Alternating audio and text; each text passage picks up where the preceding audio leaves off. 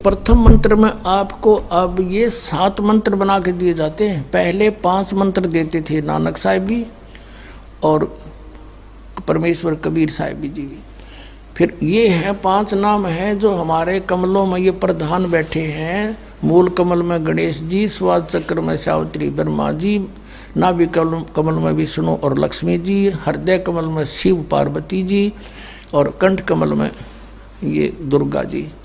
तो ये 7 नाम इसलिए देते हम कि मान लीजिए उपदेश ले लिया और ये प्रथम मंत्र एक बार मेरे मुख से भी सुन लिया मालिक की इसकी जैसे हम देते हैं, और फिर उसकी उस सुनने के बाद साथ साथ बोल लिया और फिर भी मृत्यु हो जाती है, तब मनुष्य जीवन गारंटीड है उस व्यक्ति को, ये गारंटी देता है। और यदि उसने जाप कर लिया कुछ दिन और विश्वास ठीक रहा तो वो स्वस्थ भी होगा और इसकी इसी जीवन में आयु बढ़ती चली जाएगी, परमात्मा बढ़ाता चला जाएगा जब तक उसका मोक्ष नहीं होगा, इससे जन्म में पार कर देगा आपको। तो इसलिए ये 7 मंत्र दिए जाते हैं। ये पहले वाला लास्ट वाला मंत्र आपको जन्म दिलाएगा तुरंत, मनुष्य जीवन का गारंटीड है, मृत्यु भी हो जाएगी पुण्यात्मा। इसलिए मान लीजिए किसी का कोई बीमार है, या 80% व्यक्ति दुखी आए हुए, और जो विश्वास कर लेता उनको गारंटीड बात पूछ लो, यहाँ लाखों बैठे होंगे आ जाते हैं, सुनते रहना और सब स्वस्थ हो जाते हैं। तो ये वो परमात्मा है। तो इसलिए प्रथम मंत्र जो आपको दिए जाते हैं इनमें ये 2 मंत्र अब कंपलसरी थे, पहले नहीं थे ये। तो इसलिए परमात्मा ने कंप्लीट कोर्स बना करके गरीबदास जी के माध्यम से हमारे तक पहुंचाया है। और जैसे आप जी किसी का जैसे विदेश गए हो, स्वदेश आना है, वहाँ आपने कोई कारोबार शुरू कर रखा है, कोई फैक्ट्री वगैरह लगा रखी है और आपका ठीक से काम चला नहीं, आपका बिजली का कनेक्शन कट गया, टेलीफोन कनेक्शन कट गया, पानी का कनेक्शन कट गया, गैस कनेक्शन कट गया, पैसे बने नहीं तो आप कंडम हो गए। और वहाँ कोई ऐसा प्रभावशाली व्यक्ति आपको मिल जावे, सरकार को गारंटर बनाए कि भाई तुम इनका चालू करो कनेक्शन, मैं गारंटर बनता हूँ, और फिर उसको कहेगा भी जो पैसे तो देगा यही तेरे कर्जा उतारेगा, नहीं तो फिर काट दियो ना, वो देता क्या बात है।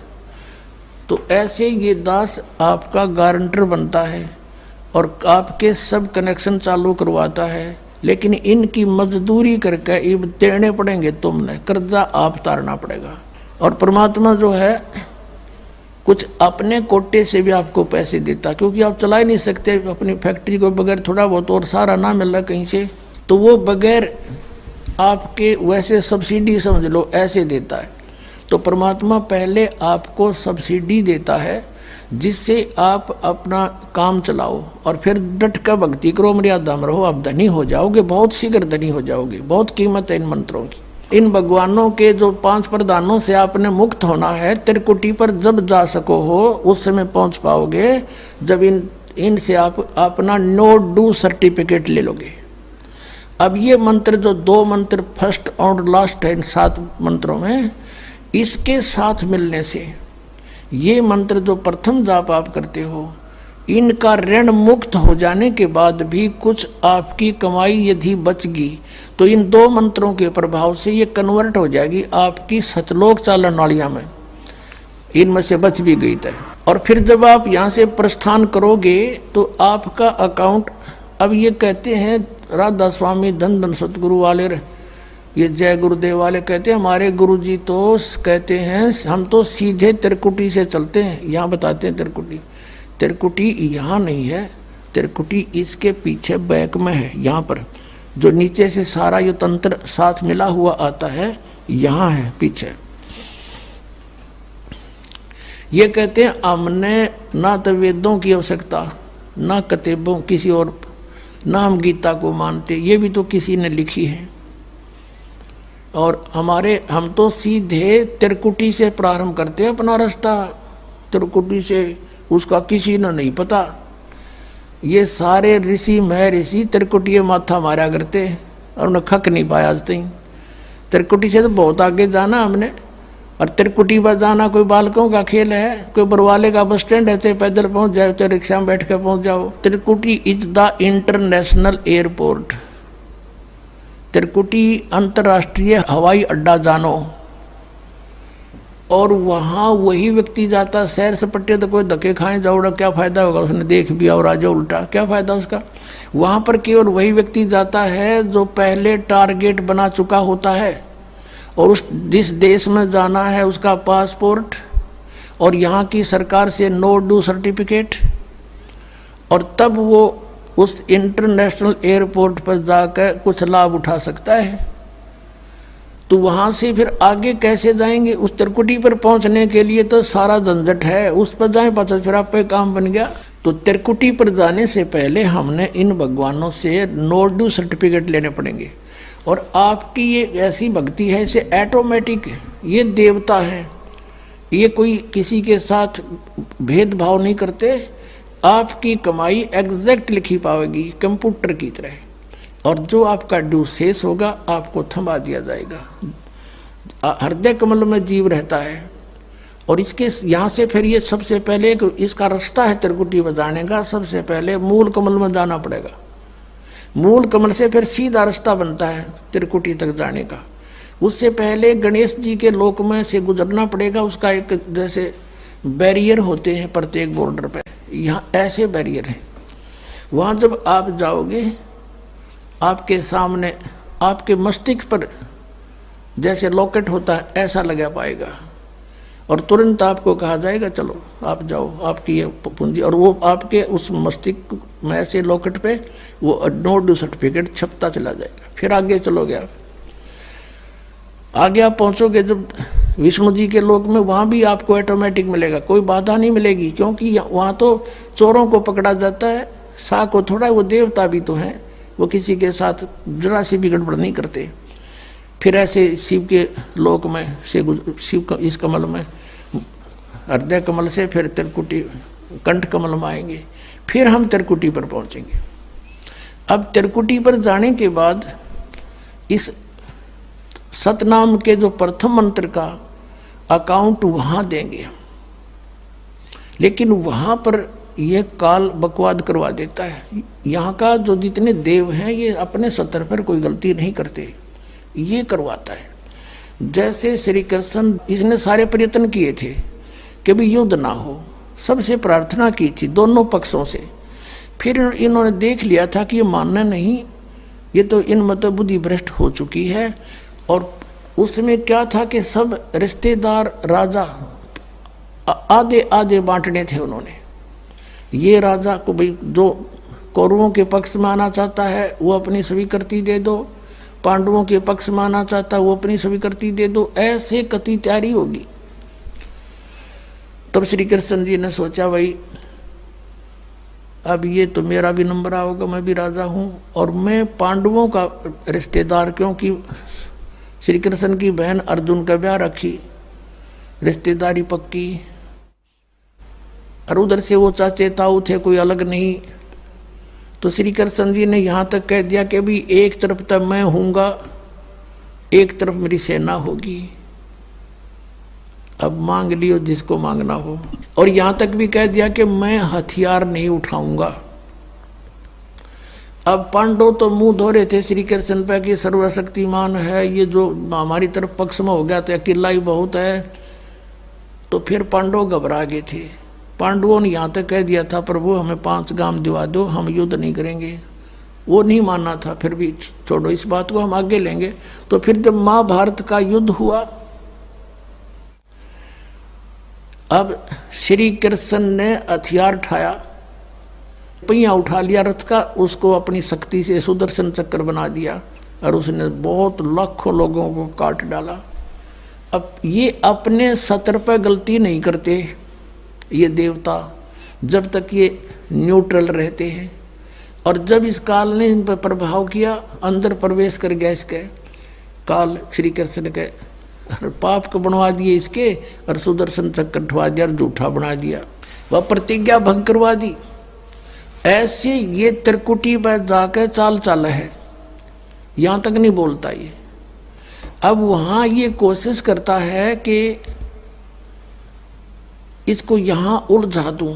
उससे पहले बहुत सी ऐसी बहुत से वहाँ पर त्रिकुटी तो एक बहुत बड़ा सांग है, बहुत बड़ा प्लेटफार्म है, और वहाँ पर कहीं पर डांस हो रहे हैं, कहीं पर दुकानें लगी हैं, औरतें खड़ी हैं, नाच रही हैं, कोई अर्धनग्न शरीर में खड़ी हैं, और बहुत से वैसे सुंदर सुंदर खड़े हाथी सजे हुए। तो ये जीव वहाँ जाकर बिचल जाता है। सब ये नकली गुरु भी वहीं खड़े हैं। नकली गुरुओं का रूप बनाकर तो काल आता है, और अपने असली गुरु का रूप बनाकर परमात्मा आते। इस दास के रूप में आपको त्रिकुटी पर उपलब्ध होंगे परमात्मा। तो वहाँ क्या होगा कि कई बार ये काल भी परमात्मा यानी असली गुरु का रूप बनाकर खड़ा हो जाता है। तो सबसे पहले आप क्या करोगे, प्रणाम जब करोगे गुरुदेव को, ये स्वभाव तो आपका यहाँ बना ही दिया जाता है, गुरु जी दिखे दंडवत करोगे। दंडवत करते समय एक सतनाम का सुमरण अवश्य करना होता है। 1 सेकंड, ये 10 सेकंड मुश्किल से लगती है। श्वास उस श्वास का सिमरण करें प्रणाम करते समय, और उठ कर जब देखोगे यदि परमात्मा होंगे तो एज इट इज पाओगे, और जब काल होगा दास के रूप में तो उसका स्वरूप बदला पाओगा, ऊपर का कपड़ा हटा पाओगा, उसका असली सूरत मिल जाएगी, तो आप वहाँ से बच जाओगे। अब फिर क्या होगा कि फिर तुम जैसे यहाँ आप देखते हो गुरु जी आगे सारे पीछे पीछे हो लेते हो, तो वहाँ जब मृत्यु होगी आपको सपना सा दिखेगा। जैसे आप किसी ऑफिस में गए हो किसी काम बस, और वहाँ आपका काम फटाफट होता जा रहा है, नहीं होता है तो आप दुखी हो रहे हो, बार बार बैठ कर रो रहे हो, तो ऐसे ही चलेगा वो। तो वहाँ जाते ही जब आपको गुरुजी दिखेंगे, आप एकदम इसी स्वभाव से जो आपकी यहाँ रिहर्सल हो रही है, आपके अंदर जो आस्था कसक पैदा हो रही है, ये वहाँ काम आवेगी आपके। तो ये सब रिहर्सल यहाँ कराई जा रही है कि गुरु को परमात्मा जानकर ये सब क्रियाएं करो, तो वहाँ ये आपके काम आएंगी, वहाँ अपने यूज होंगी ये सारी फार्मूले। तो जब आपको ये पक्का हो गया कि ये है गुरुजी, फिर आपको लेकर के धर्मराज के दरबार में परमात्मा जाएंगे इस दास के रूप में, और धर्मराज से कहेंगे जी इसका हिसाब कर दो, भगवान का आदेश है, आप लो अपना ये एक इसकी कमाई जो तुम्हारे सत्र की वो प्राप्त करो।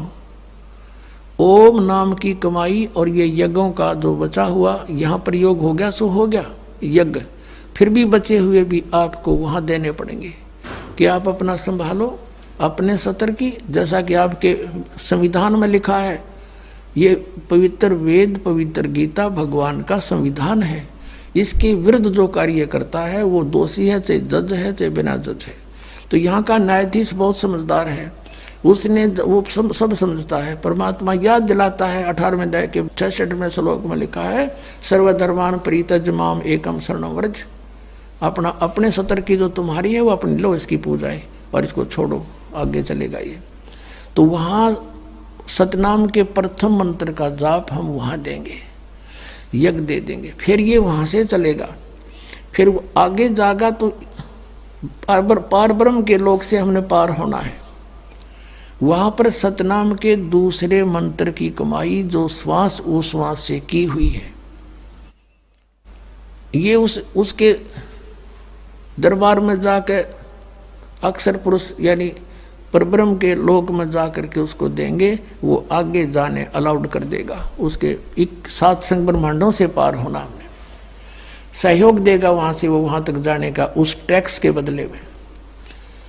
अब यहाँ बताया है कि जे तू पढ़ा पंडित बिन दोई ना अक्षर दोई नावा, और पर्णवत नानक एक लंगाए जे कर सत समावा।